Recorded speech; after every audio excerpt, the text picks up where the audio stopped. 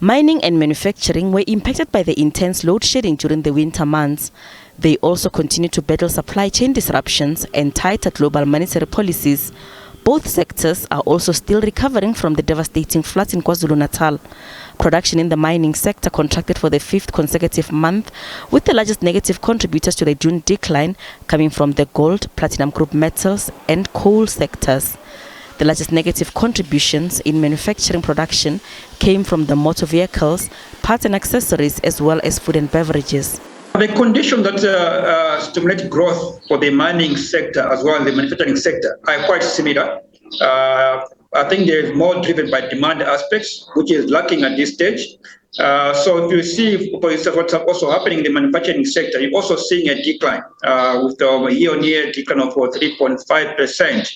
And what is really depressing is that food and beverage, which is one of the growing segment in the manufacturing sector, also registered a decline of about 3.8%.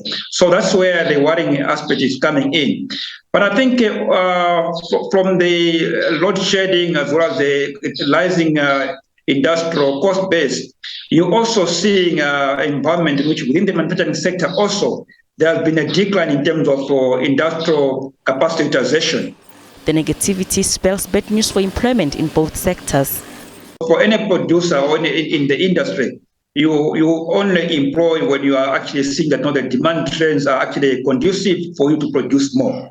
So what is really happening here in terms of patterns with regard to what I've mentioned, it really tells that not much employment has been created with regard to especially the key segment of the manufacturing sector. So there could be some sectors which might show some improvement in terms of employment numbers, like, for example, the electrical machinery within the manufacturing sector.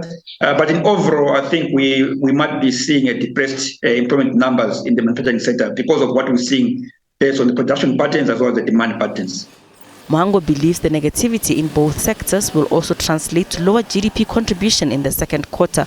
Gloria Sefako, SABC News, Johannesburg.